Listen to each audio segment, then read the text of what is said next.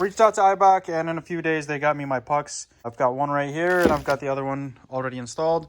In the few days while I was waiting, I went ahead and mounted my wheels and tires. So I got the tires mounted onto my wheels. Those are 17-inch Rider off-road wheels, and then the tires are a 295/70/17. So they're close to a 35. I believe they're more of like a 34. And while I was waiting, you know, aside from doing tires, I went ahead and did a little bit of frame restoration, or I guess just to prevent more rust from happening per se. Just went ahead and sprayed it down with some undercoating. I just spray bombed this whole thing, the rear axle, whatnot. Rust wasn't too bad though. Just wanted to preventative maintenance. Let me show you guys the before. Already did this side. I still haven't tightened down everything. I usually like to tighten down all the suspension parts when there's tension on the lower control arm. But I've got it all together. Freedom Off-Road, upper control arms, Eibach, coilover setup in the front. It's adjustable too, so that's pretty cool. I did went ahead and got new sway bar end links, front and back. The rears, we've got our Eibach shock, our heavy duty spring or coil per se, airbag deleted, and then I still need to add the rear sway bar end link. The first thing we're going to start off with is removing our, I believe it's a height sensor. So to remove this, you could either grab some Allen keys and remove the 2 screws that are on the front and back, but in my case, I'm not going to waste my time with those. I'm just going to grab a pry bar and literally break this off. And this thing's got around 180,000 miles on it, so I don't plan on selling any of these parts. I don't think anyone plans on buying any of these parts. So once you pry that off, you can remove that out of the way. But once we've got this sensor broken off, we're going to go ahead and grab a 17 mil and a pry bar. So at the top of this mount, or this bracket, there's a 17 millimeter holding the bracket to the top of the shock mount. So we need to remove that. Hold on to this shock mount.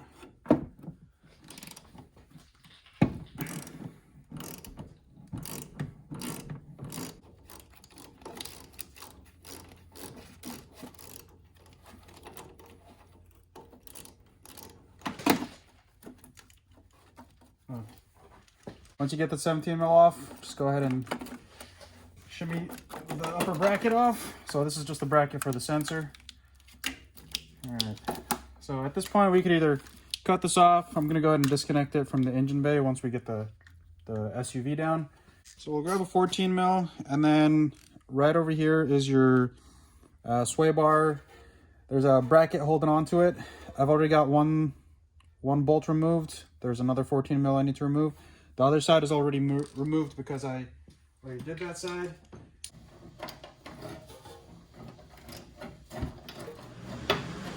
Once you remove the 14s on both sides, remove the bracket. We go ahead and remove the 17 mil nut from here right now. Because these are old, what happened was when I went to go spin this, it just started spinning the whole assembly freely. So a solution is to grab yourself a 6 millimeter Allen key, and then a 17 millimeter open end wrench, or in my case I've got this cool Harbor Freight thing. So with the Allen key, we're holding the body of this, and then we're grabbing the nut just like that. Might as well do the bottom one too. Okay, that's garbage. We'll go ahead and remove this cotter pin right here that's holding the upper ball joint into the spindle. Just pull it out.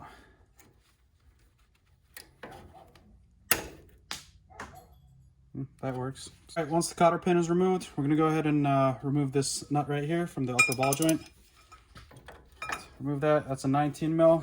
And then I'm gonna use the head of my, or the handle of my jack to give me some leverage. And once we break it loose, you can remove that arm.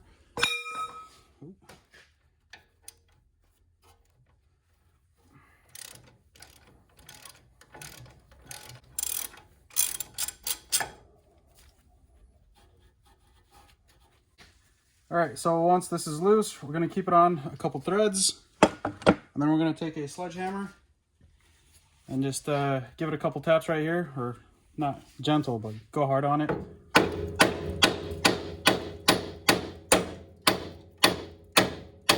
There we go. Before we remove the nut, I did forget to mention we need to remove this bracket. To remove this brake line bracket, it's a 10 mil. Now, if you have a rusty 10 mil, it might break off. If not, it might spin out. So it doesn't matter in my case because I'm changing the upper control arms as well. All right, so that didn't break.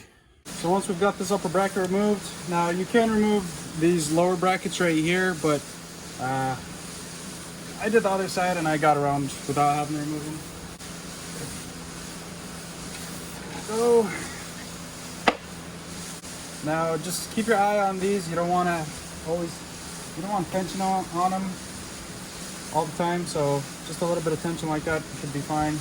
All right, so next we're gonna go ahead and remove these upper shock bolts. So these are 14 mil. Now you might need some leverage, so okay, I'm gonna set you guys down here.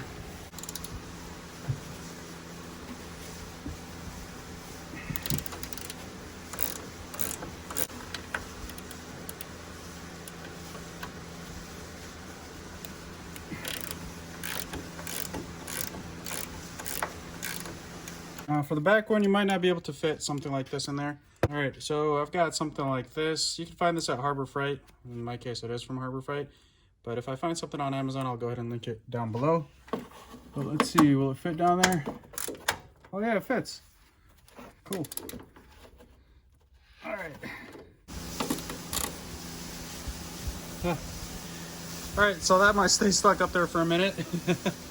To get to the rear nut that's on top of the shock mount, we've got this like body seam that's in the way, and I have the nut loose, but I don't think I've got enough room to get this out, but that's okay. We can get it out once we pull it down. All right, so next we'll grab a 19 mil socket and a 19 mil wrench. We'll hold the 19 on the back end right here.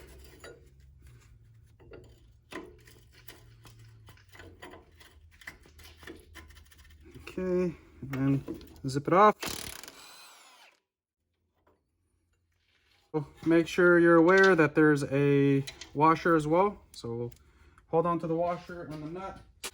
And then to remove this, just hammer it out.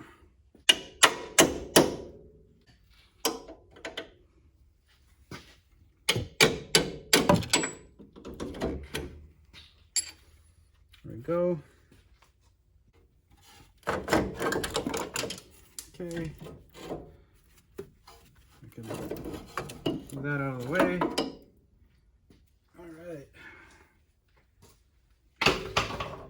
And there's my tool. Got it free finally. So once we removed the 19 mil on the bottom, it was fairly easy to just, take it out. Had the shock go down this way a little bit, and then you just pry this upper control arm out of the way and just pull it out. So before I install the new hardware, you see there's some just surface rust that I want to clean up and get some rust reformer on there. While I wait for that to dry, we're going to go ahead and start removing the upper control arm. We're going to need to remove this bracket first, and to remove this bracket, there's a 12 millimeter bolt that we got to get out of the way. Then you grab yourself a 19 mil socket, and you're going to put it on here, and then you're also going to need a 19 mil wrench. You're not really going to be able to fit a socket over here, so we'll put a wrench over here just to hold it while we loosen up that nut. So to remove the bracket, we're going to grab our 12 mil. Just go easy on it, because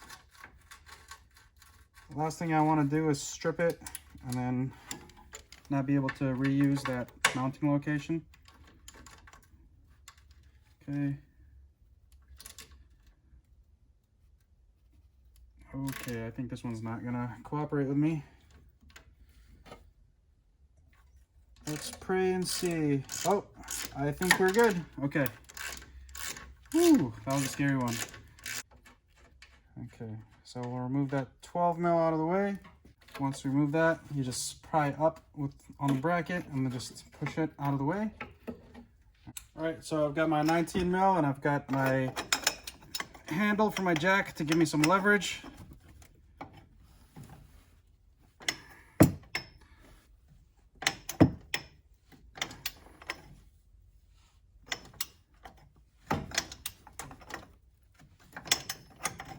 So the first few spins, you won't need to have the wrench on the other side holding the other end of this bolt.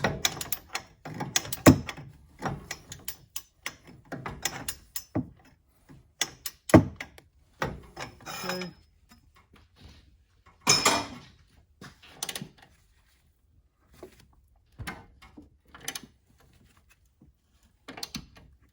Okay, now that it's spinning freely, grab my 19 mil wrench here, put it on the other end.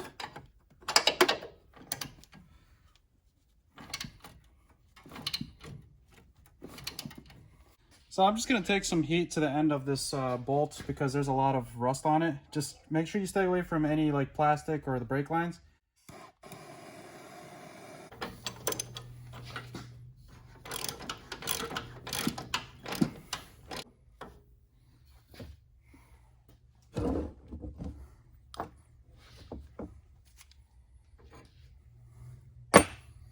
So now that that's off, that's hot to the touch. All right, now we can start pulling this out. See if I can tap it with this.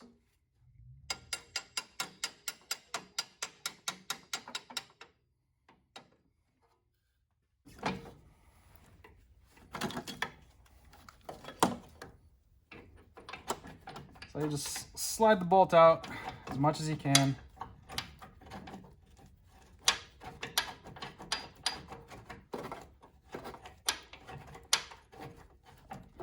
And then I'm holding the washer behind as I'm sliding the bolt out.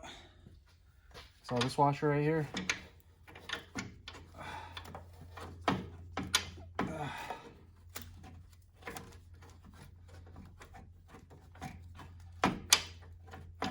Now it looks like it's catching on to something, so we'll go ahead and lower the car.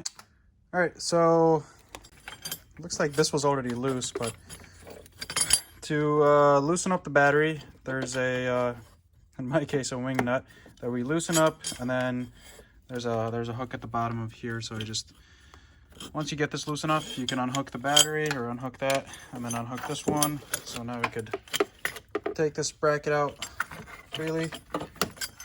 Okay. So once that's out of the way, I don't know if we have to remove the battery, but I don't know if you guys can see that. So that rod right there, that is our bolt that's coming out from the upper control arm. So it looks like I might have to remove the battery because it is hitting at the bottom over here. And I have my cameraman. What's up, guys? All right. So just a quick note for the other side to get the bolt out for the upper control arm. When you slide the bolt out, it's gonna hit on the rubber hoses for the power steering reservoir.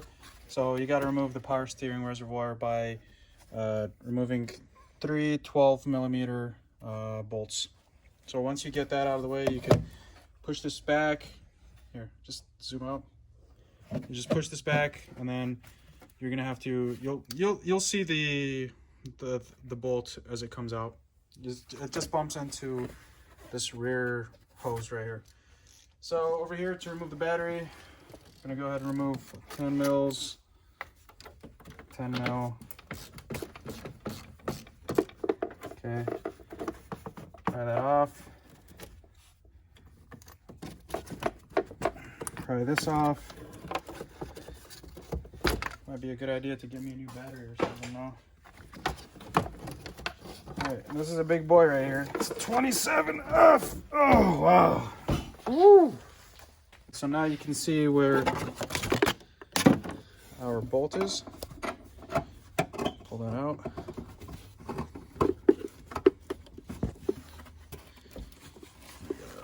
Pull that washer back. That washer will stick and prevent you from pulling this. I find that it helps giving it a spinning motion as you're pulling on it too. There we go. Make sure you don't lose that washer. So we'll keep it there. You don't have to remove it out of the way. You can go ahead and slide this upper control arm and throw it in the trash. Okay. Probably be a good idea to remove this height control sensor. I already removed it on the other side. We're gonna go ahead and remove it on this side too. Let's see where the connection is for it up here. All right, so to remove the connector, you just push over here and then you gotta pry it out. Oh God.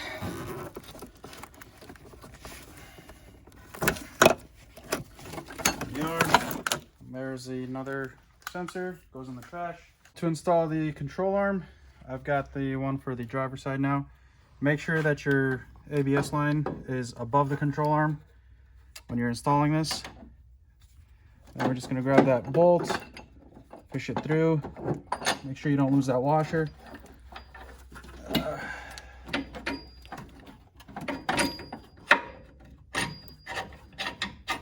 we go. Other side. When we go to install the washer, make sure that the divot is like that, so you can see that the divot's over here, and then this side is going to be the one going towards the control arm. So we'll go ahead and just hand thread it first.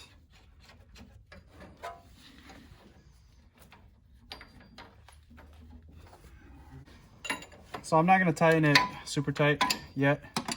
I'm just going to, hand tighten it for now.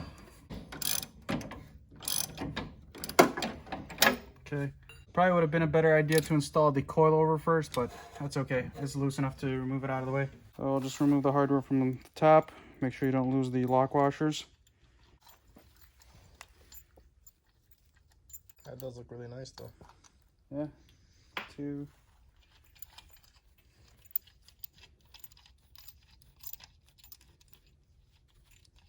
So how I did this last time was I fed this through here and I brought it down between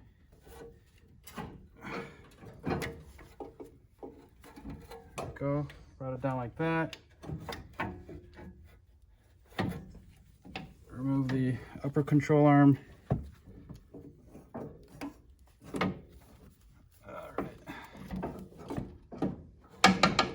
Push it through.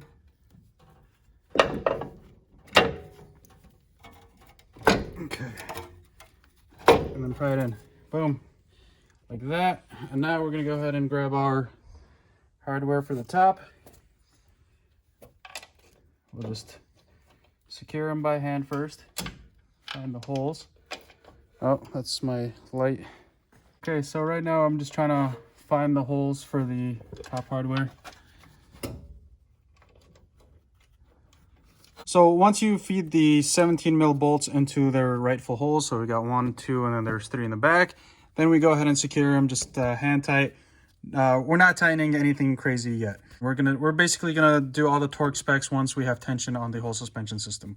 I apologize. It turns out I wasn't recording, but to get the lower side of the coilover into the lower control arm, it's really not that bad. Just take yourself like a pry bar here, and then what you do is you're prying up like that, and then you'll get this to line up.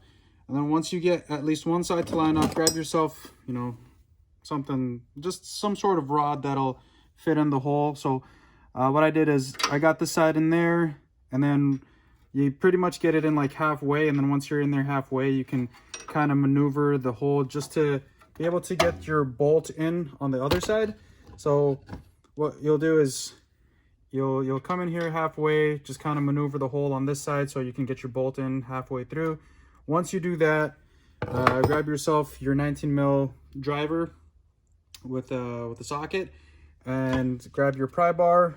So you're gonna remove this part out. So the thing that you were using to maneuver, move that out. Grab your pry bar, and then just kind of maneuver it to get the hole to match up on the other side.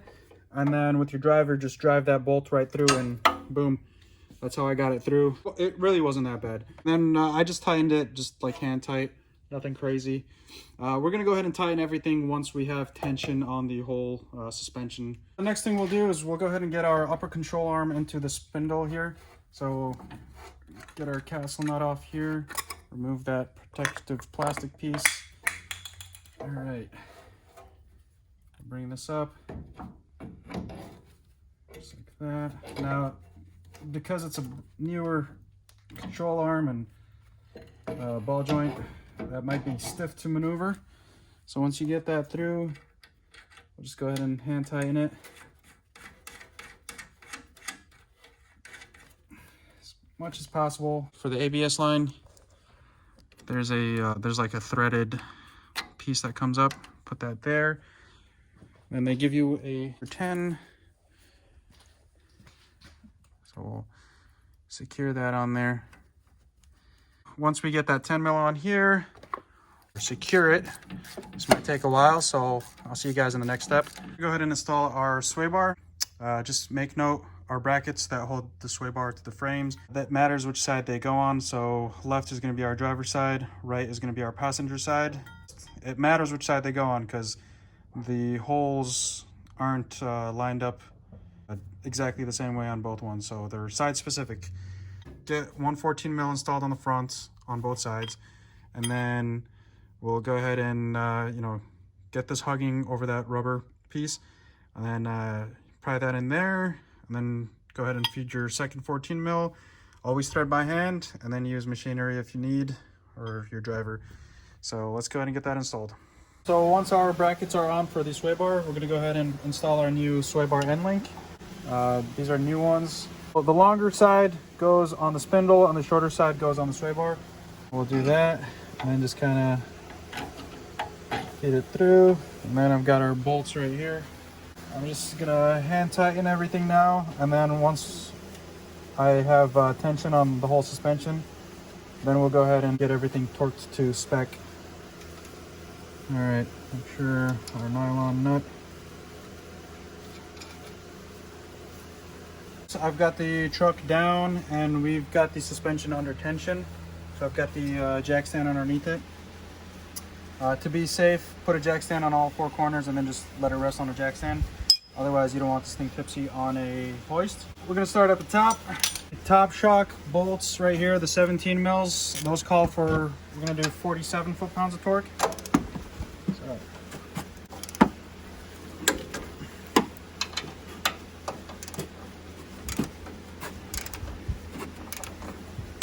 okay.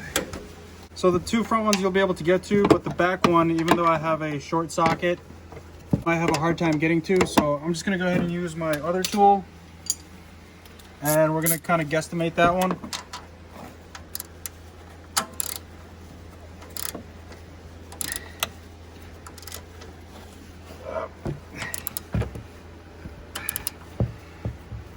All right, we'll call that 47. Okay. So the next thing we're gonna go ahead and secure is this 19 mil bolt that goes through, that holds the upper control arm.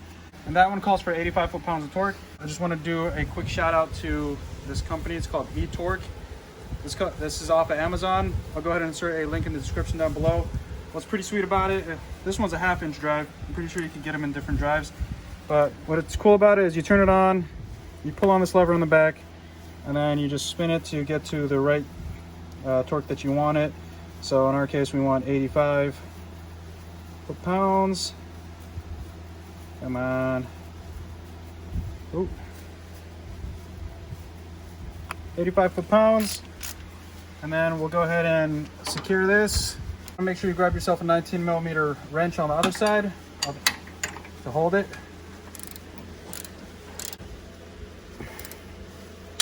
There you go. That's 85. Next, we're gonna do our upper ball joint. To get to the upper ball joint, you're actually gonna have to disconnect your sway bar end link. That's why we hand tightened everything.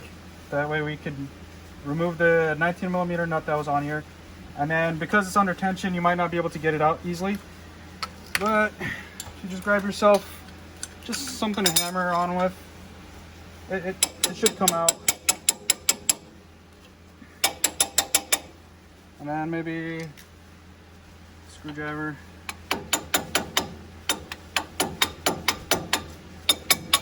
Okay, now that that's out of the way, our upper ball joint is going to be 82. So let's readjust this, get it down to 82. That's good.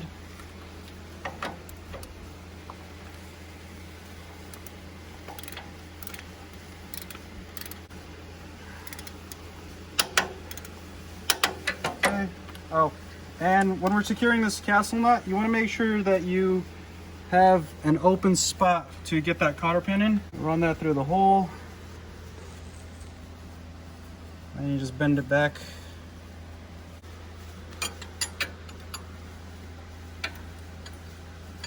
I'll bend it down. How about that?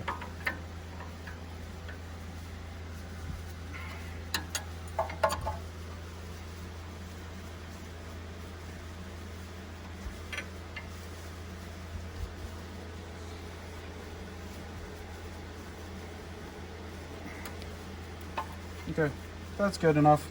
We install our sway bar end link and just fish it in.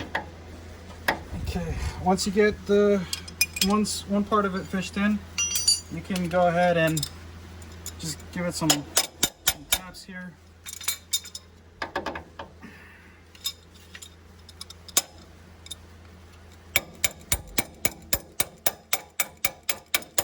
Okay. Grab your 19 mil. I'm just going to quickly secure this just because there's a lot of loose thread. Okay. The sway bar end length they call for 52. So we're going to bring this back down to 52.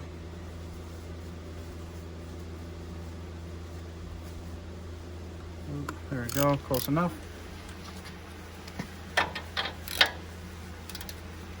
So, what's cool about these sway bar end lengths is they've got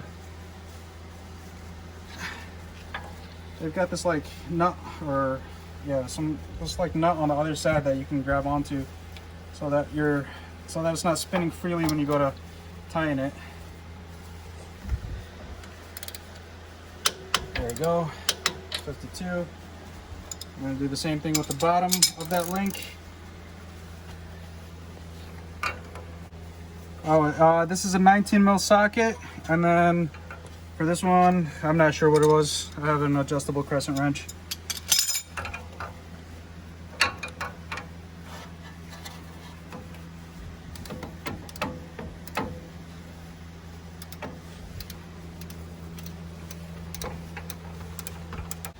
And then you take your 12 millimeter, always want to thread by hand.